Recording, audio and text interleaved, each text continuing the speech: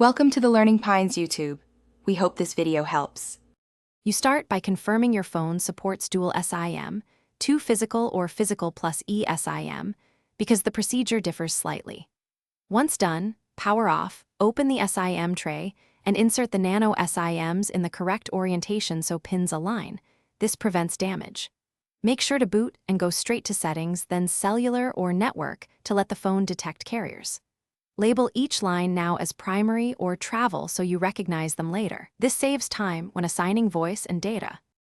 You now assign roles. Choose which line handles voice calls and which handles mobile data, because mixing them improperly can cause extra charges or drop data. In settings, right arrow cellular, set the default voice line and select the data line. Enable automatic data switching if you want seamless fallback during poor reception. For finer control, assign specific contacts or apps to a chosen SIM so calls and messages always use that line. Also verify roaming settings and preferred network types to avoid unexpected fees. You finish by verifying functionality. Make a call on each line, send messages, and run a quick data speed test to confirm the chosen data SIM is active. Once satisfied, restart the phone to finalize settings and watch battery behavior. Disable the secondary SIM if you see rapid drain or conflicts.